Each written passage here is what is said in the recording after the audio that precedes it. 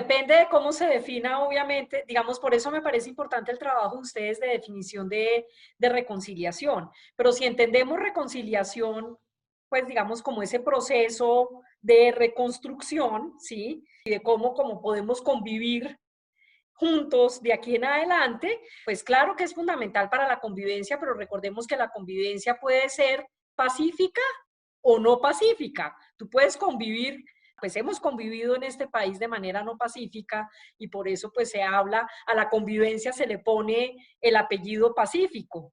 Entonces no, yo sí creo que la reconciliación es entendida así como un proceso, digamos, donde podemos como ir encontrándonos hacia adelante, creo que sí es un elemento pues fundamental para la construcción de paz.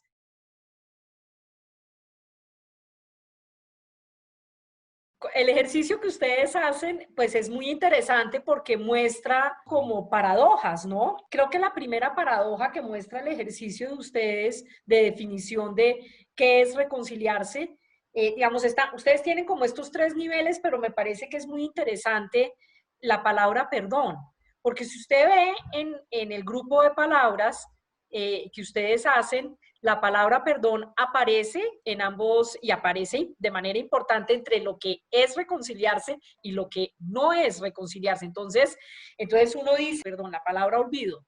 Estoy hablando de la palabra olvido. Uno dice, bueno, para reconciliarse hay que olvidar, o si uno no se reconcilia, no, o sea, y la relación entre perdón y olvido me parece que es, pues digamos, ese es un análisis que nosotros hemos hecho que es bien interesante, porque parecen que digamos, eso entra como en conflicto cuando estás hablando de los procesos de memoria, de verdad, cómo agencias esos procesos como elementos fundamentales de la reconciliación que tienen implicaciones muy fuertes desde el nivel individual y el nivel interpersonal en materia de perdón y olvido.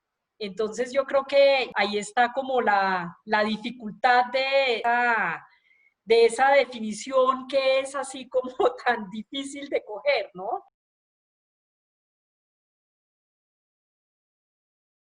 Porque, por supuesto, y en todos estos procesos de construcción de paz, si tú miras en los tres niveles que ustedes plantean ahí, que me parece pues bien interesante, pues digamos el nivel básico es el individual.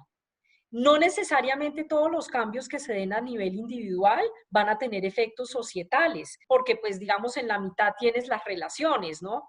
Entonces, pero sí necesitas de todas maneras tener como procesos individuales para abordar tu deseo de venganza o el rencor, que son palabras que aparecen mucho, para poder verdaderamente, digamos, abordar como un nivel interpersonal. Entonces, pues sí, yo creo que sí se necesitan tener cambios de disposición a nivel individual para poder impactar pues tus relaciones y de ahí pues eso puede tener impactos en lo societal, pero recordemos que es que lo societal es mucho más amplio, ¿no? Entonces, por ejemplo, pensemos hoy en día, estamos en un ámbito súper polarizado, donde tenemos, digamos, como agentes polarizantes que claramente tienen una agenda política y que, digamos, viven y perviven por la polarización, porque haciendo esos dos bandos es que ellos, digamos, se reproducen políticamente, ¿no? Entonces, pero ahí tú cómo verdaderamente, cómo conectas el deseo individual porque por el otro lado tú ves la gente no quiere estar polarizada, la gente no le gusta la polarización, le parece terrible la polarización desde el nivel como personal, pero hacemos parte de ese proceso. Entonces yo sí creo que hay como una desconexión entre como lo ves tú personalmente y luego como eso asciende a nivel societal. Pero sin duda, sí se necesitan, digamos, se necesitan cambios a nivel individual. Nosotros en realidad, como lo vemos en la fundación y como en nuestra teoría de cambio, nos parece que el cambio fuerte está en las relaciones interpersonales, ¿sí? Y en cómo puedes tú ir cambiando esas relaciones y eso tiene mucho que ver con cambios individuales, pero pues digamos necesariamente es ahí en ese lugar donde tú vas cambiando esas relaciones interpersonales y vas logrando verdaderamente procesos, ¿sí? De construcción de confianza, es ahí donde tú puedes verdaderamente como hacer los cambios que eventualmente repercutan hacia el espectro más amplio. Lo que creo es que la relación no es uno a uno, ¿sí? Sino que es como un proceso incremental, ¿sí? Y es aquí donde, digamos, las matemáticas no dan, ¿no? No porque tú tengas realmente deseos de reconciliarte, ¿sí? O porque tengas eso, digamos, va a tener, o porque la mayoría de los colombianos queramos reconciliarnos, no por eso vamos a ser una sociedad reconciliada, ¿sí? Porque en la mitad está, digamos, como todos los procesos interpersonales que son muy complejos, que son muy, muy, muy complejos, y a nivel societal, pues digamos, tú tienes como fuerzas, como lo tenemos hoy en día, fuerzas políticas polarizantes que en realidad les interesa, pues, mantener a la sociedad dividida, ¿sí? Entonces, eso no es uno a uno. Pero para nosotros el esfuerzo tiene que estar en la mitad del sándwich.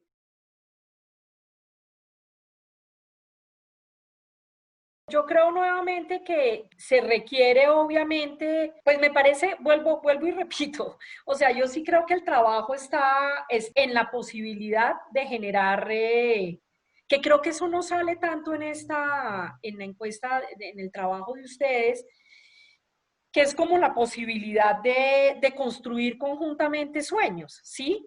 Y para llegar a ese punto, pues por supuesto tú necesitas tener unos procesos individuales de disposición, ¿sí? Al menos disposición. No tienes que, o sea, es que el perdón es una cosa muy fuerte, ¿sí? O sea, eso requiere, ¿sí? Y el olvido, pues ni qué decir, ¿sí? Entonces uno no puede, digamos, yo creo que no hay que ser como tan ambiciosos. Yo creo que uno puede hablar y puede dialogar sin necesariamente perdonar y olvidar, sino eso puede como interactuar. Y en la medida en que tú vas construyendo en las relaciones procesos de construcción de confianza, que te permitan, pero que tengas una mínima disposición de escucha, escucha activa, ¿sí? No, como dice John Paul Lederach, no oír por los ojos, ¿sí? Sino verdaderamente oír a la gente, qué es lo que están diciendo. Si tú tienes esa disposición y puedes entablar el diálogo con el que sea, alguien opuesto, alguien que te parece terrible, empiezas a humanizar al otro, ¿sí? Ya dejas de demonizarlo y pasas a la humanización del individuo. Y es ahí cuando ya tú puedes decir, ok, ¿qué podemos construir juntos? Porque ya yo tengo enfrente una persona con unas ideas que probablemente yo no comparto, ¿sí? O que hizo unas cosas que me parecen terribles y yo no comparto, pero hoy en día es otra persona o está en un proceso distinto, ¿sí? Entonces, ¿y cómo puedo entablar esa conversación? ¿Y cómo puedo, digamos, pasar al estadio de tener sueños comunes? Que yo creo que es ahí donde está, digamos, yo creo que en Colombia hoy en día tenemos muchos procesos de diálogo social, o hay muchos intentos de diálogo social, y la gente verdaderamente, pues digamos, quisiera como moverse hacia el diálogo y pedir, y piden el diálogo, pero, pero realmente como que no hemos logrado como dar ese salto cualitativo del diálogo a la construcción colectiva, ¿sí? Y quizás, pues digamos, seguimos enredados con la idea de perdón, de olvido, de verdad, todo el tema de verdad, memoria, digamos, todos estos, justicia, obviamente, estos son como una cantidad de asuntos que son bien complejos y que le meten mucho ruido a la posibilidad de diálogo y de construcción colectiva.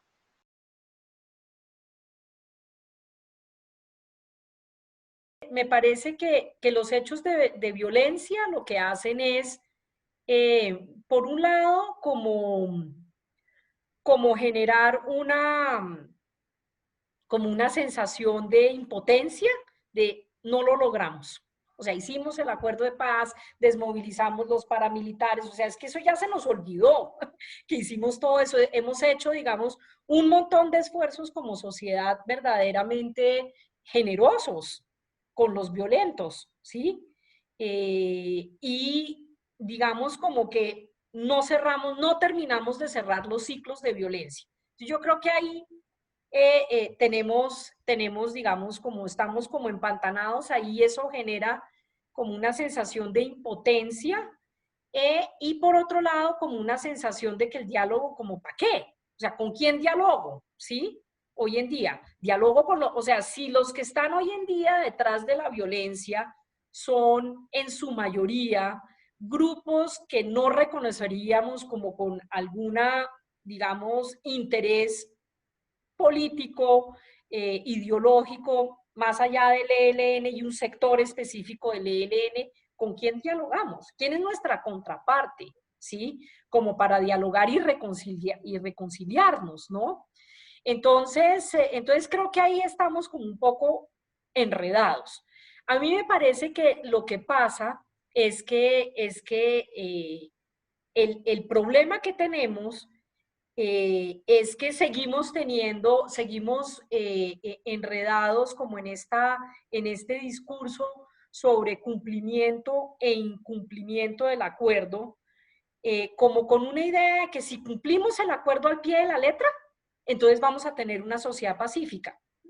No sé, probablemente, pues el acuerdo es una apuesta muy importante para cambiar condiciones que reproducen la violencia en Colombia, ¿sí?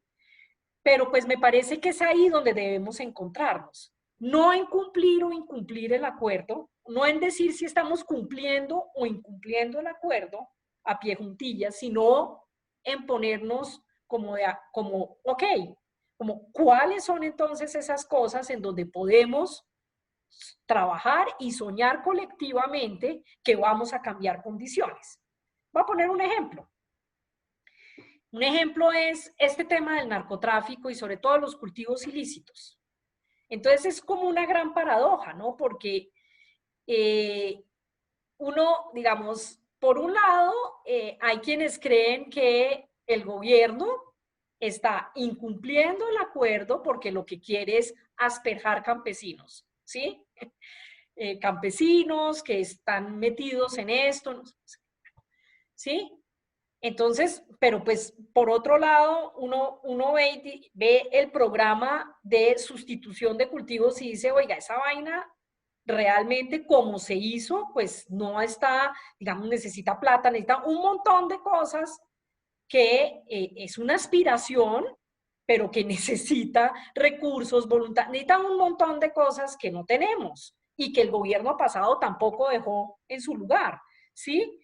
Entonces me parece que, y entonces ahí ya nos metemos como en una discusión absolutamente polarizada de negación del uno y del otro, ¿sí?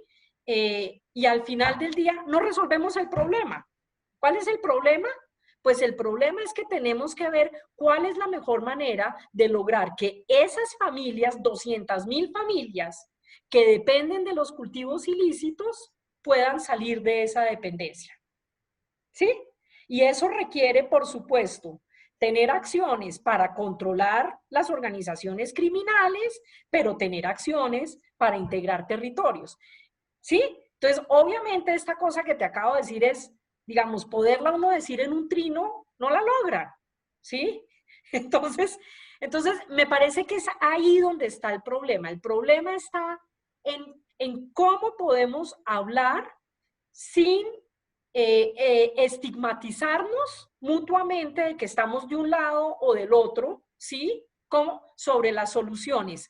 Cuando uno habla sobre las soluciones, y me ha pasado, vemos que estamos mucho más de acuerdo de lo que pensamos. Lo que pasa es que el sistema polarizado nos tiene completamente inhibidos de poder avanzar en eso. Entonces yo sí creo que esto es a través del diálogo y de empezar como a quitarnos a encontrarnos con el otro. Se demora mucho. Y en muchos niveles, y no es meternos todos en un salón a dialogar, no, no, no, pero sí necesitamos como hacer ese trabajo.